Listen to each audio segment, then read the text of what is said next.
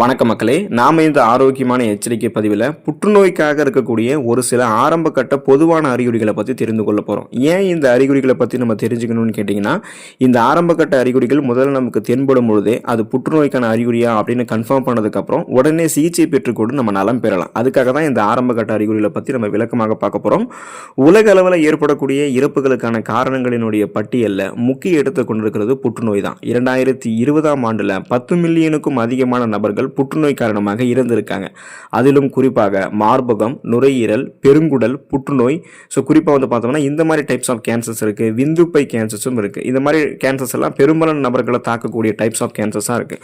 So புற்றுநோய் சிகிச்சைகளில் முக்கிய தடையாக நமக்கு இருக்கிறது என்னன்னு பார்த்தீங்கன்னா, அது வந்து புற்றுநோய் தான் அப்படின்றதே நமக்கு தெரியாது. அந்த நோய் கண்டறிதலே ஒரு தடையாக தான் நமக்கு இருக்கும்.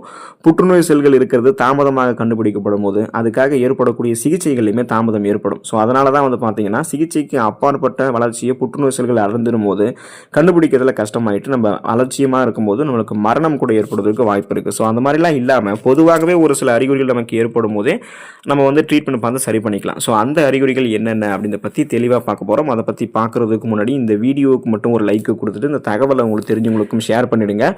ஏன்னா இது அவங்களுக்கும் பயனுள்ளதாக இருக்கக்கூடிய ஒரு ஆரோக்கியமான பதிவு தான். இது போன்ற அப்டேட்ஸ்கள் நீங்கள் தொடர்ந்து பார்க்குறதுக்கு நம்மளுடைய ஹெல்த் நியூஸ் தமிழ் சேனலை மறக்காமல் சப்ஸ்கிரைப் பண்ணி வச்சுக்கோங்க. பக்கத்தில் இருக்கக்கூடிய பெல் பட்டனையும் கிளிக் பண்ணி ஆல் அப்படின்ற ஆப்ஷனையும் செட் பண்ணி வச்சுக்கிட்டீங்க அப்படின்னா நான் போடக்கூடிய எல்லா அப்டேட்ஸும் உங்களுக்கு நோட்டிஃபிகேஷன் அடிக்கடி வந்து சேரும். சரிவாங்க மக்களே, இப்போ வீடியோக்குள்ள போயிடலாம். உடல் எடை குறைதல் புற்றுநோய்க்கான ஆரம்ப கட்ட அறிகுறியாக பார்க்கப்படுது. உங்களுடைய உடல் எடையானது வழக்கத்திற்கு மாறாக மிகவும் வேகமாக குறைவதை உங்களால் பார்க்க முடியும். அதுவும் நீங்கள் எந்த விதமான எடை குறைப்பு நடவடிக்கைகளையும் மேற்கொள்ளாமல் இருக்கும் பொழுதே இந்த உடல் எடை குறையக்கூடிய அந்த நிகழ்வானது நடக்கும்.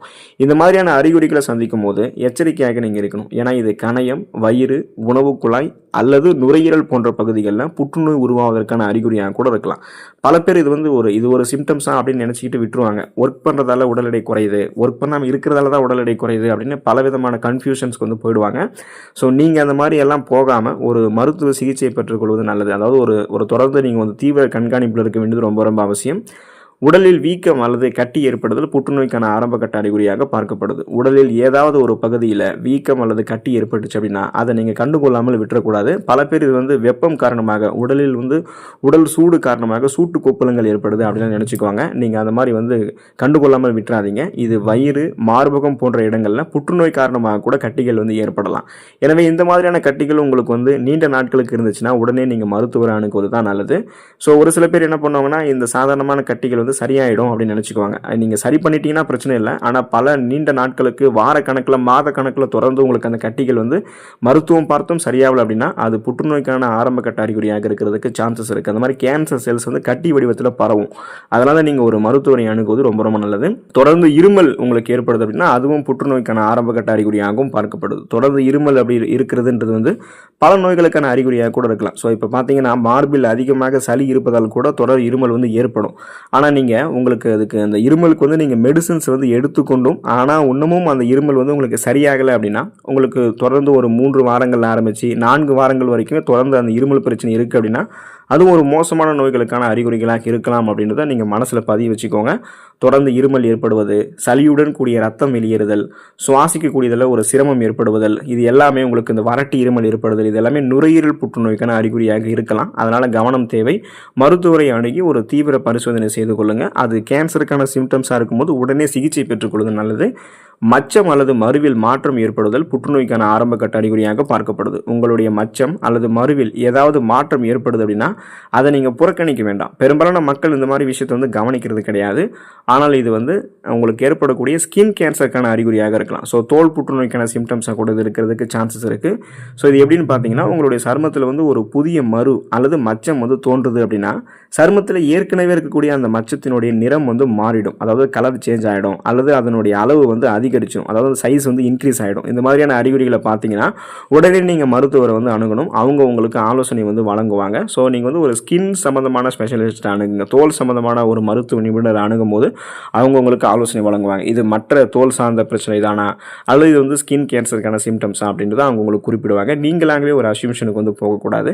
சிறுநீரில் ரத்தம் கலந்து வெளியேறுதல் புற்றுநோய்க்கான ஆரம்ப கட்ட அறிகுறியாக பார்க்கப்படுது. சிறுநீர் வழியாக ரத்தம் வெளியேறுதல் அப்படின்றது குடல் புற்றுநோய்க்கான ஆரம்ப கட்ட அறிகுறியாக கூட இருக்கலாம்.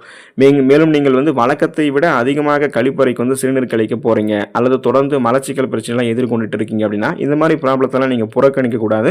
இது சிறுநீரக புற்றுநோய்க்கான அறிகுறியாக கூட இருக்கலாம். வலியுடன் சிறுநீர் வெளியேறுதல், சிறுநீர் வெளியேற்றும் பொழுது வலி ஏற்படுதல், குறிப்பாக அந்த கீழ் முதுகில் வலி ஏற்படுவது, சிறுநீரில் ரத்தம் கலந்து வெளியேறுதல், சிறுநீர் அதிகமாக நுரைத்து வெளியேறுதல், இது எல்லாமே புரோஸ்டேட் புற்றுநோய்க்கான அறிகுறியாக கூட இருக்கிறதுக்கு சான்சஸ் இருக்குது. ரொம்ப கவனமாக இருக்கணும். தீவிர மருத்துவ பரிசோதனை செய்து கொள்வது நல்லது.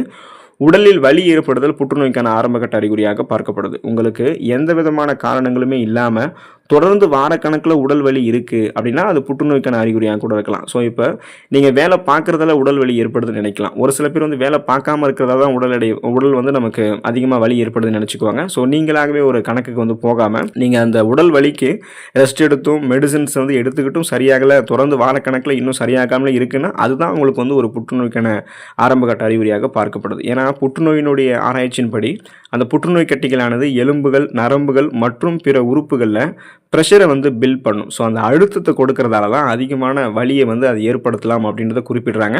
ஸோ எதுக்குமே நீங்கள் ஒரு தீவிர கண்காணிப்பில் இருக்கணும். ஒரு மருத்துவ பரிசோதனை செய்து கொள்வது நல்லது.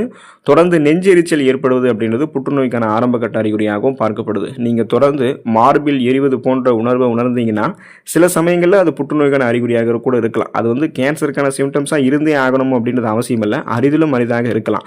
ஏன்னா வயிறு அல்லது தொண்டை புற்றுநோய்க்கான அறிகுறியாக இது இருக்கிறதுக்கு வாய்ப்பு இருக்குது. ஸோ சில பேர் வயிற்றில் அல்சர் ப்ராப்ளம் இருக்கிறதால தான் நமக்கு அசிடிட்டி ஏற்படுது, அதனால தான் சாப்பாடு செரிக்காமல் நமக்கு நெஞ்சிலே நின்றுக்குது அப்படின்றதெல்லாம் நினச்சிக்குவாங்க. நீங்களாகவே ஒரு அசம்ஷனுக்கு போகாமல் ஒரு தீவிர பரிசோதனை செய்து கொள்வது நல்லது. உணவை விழுங்குவதில் சிரமம் ஏற்படுதல் புற்றுநோய்க்கான ஆரம்பகட்ட அறிகுறியாக பார்க்கப்படுது.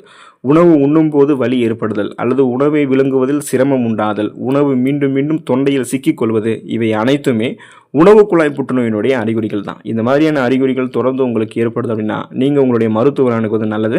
அவங்க உங்களுக்கு தீவிர ஆலோசனை வழங்குவாங்க. அது புற்றுநோய்க்கான ஆரம்பகட்ட அறிகுறியாக இருக்கும்போது சிகிச்சை விரைவில் பெற்றுக்கொள்வது நல்லது. இரவில் அதிகம் வியர்த்தல் கூட புற்றுநோய்க்கான ஆரம்பகட்ட அறிகுறியாகவும் பார்க்கப்படுது. இரவில் வியர்க்கிறது ஒரு சாதாரணமான விஷயம் அப்படின்னாலும் சில சமயங்களில் இது புற்றுநோய் ஏற்படுவதற்கான ஒரு அறிகுறியாக கூட இருக்கலாம். பொதுவாக இது லிம்போமா புற்றுநோயினுடைய அறிகுறியாக இருக்கும். லிம்போமா புற்றுநோய் அப்படின்னா என்னென்னு பார்த்தீங்கன்னா இந்த வகை கேன்சர்ஸ் எல்லாமே உடலில் நிணநீர் மண்டலம் மற்றும் ரத்த நாளங்களை பாதிச்சிரும். ஸோ இதனால தான் நமக்கு இந்த மாதிரி இரவில் அதிகமாக ஸ்வெட்டிங் ஆக ஆரம்பிக்கும், வேர்க்க ஆரம்பிச்சிட்டே இருக்கும். ஸோ இந்த மாதிரியான அறிகுறிகள் உங்களுக்கு ஏற்பட்டுச்சு அப்படின்னா உடனே நீங்கள் என்ன பண்ணக்கூடாதுன்னு பார்த்தீங்கன்னா பயப்படக்கூடாது. இந்த அறிகுறிகள் எப்போதுமே புற்றுநோய்க்கான அறிகுறியாக இருக்க வேண்டும் அப்படின்றது அவசியம் கிடையாது. ஆனால் அரிதிலும் அரிதாக சில சந்தர்ப்பங்களில் இது எல்லாமே புற்றுநோய்க்கான அறிகுறிகளாக இருந்துச்சு அப்படின்னா உடனே நீங்கள் உதாசீனப்படுத்தாமல் தீவிர மருத்துவ பரிசோதனை செய்து கொண்டு அதற்கான நடவடிக்கைகளை மேற்கொண்டு உடனே சிகிச்சை பெற்றுக்கொண்டு சரியாகிடுங்க. அதுதான் நல்லது. ஏன்னா 50 ஆண்டுகளுக்கு முன்னாடி புற்றுநோய் அப்படின்னு சொன்னாலே அது ரத்த புற்றுநோய், பிளட் கேன்சர் அப்படின்றது மட்டும் தான் நம்பிக்கிட்டு இருப்பாங்க. ஆனால் இப்போ புற்றுநோயில் ஏராளமான வகைகள் இருக்குது. குறிப்பாக தோல், மார்பகம், விதைப்பை, பெருங்குடல், சிறுநீரகம், நுரையீரல், வாய் புற்றுநோய், கல்லீரல், கர்ப்பப்பை வாய் புற்றுநோய் அப்படின்னு டைப்ஸ் ஆஃப் கேன்சர்ஸ் இன்க்ரீஸ் ஆகிட்டே போகுது. ஒவ்வொரு உடல் உறுப்புகளுக்குமே ஒவ்வொரு விதமான கேன்சர்ஸும் இருக்குது. ஸோ இந்த டைப்ஸ் ஆஃப் கேன்சர்ஸ்க்கு ஒவ்வொரு விதமான தனித்தனியான அறிகுறிகளும் இருக்கும். ஆனால் இப்போ குறிப்பிட்டிருக்கக்கூடிய அறிகுறிகள் எல்லாமே கேன்சர் நமக்கு அஃபெக்ட் ஆகும்போது பொதுவாகவே ஜென்ரலாக நமக்கு முதல்ல ஏற்படக்கூடிய ஆரம்ப கட்ட அறிகுறிகள். ஸோ இந்த அறிகுறிகள் தென்படும் போதே அதை உதாசீனப்படுத்தாமல் மருத்துவ பரிசோதனை செய்து கொண்டு சிகிச்சை பெற்றுக்கொண்டு நலம் பெறுங்கள்.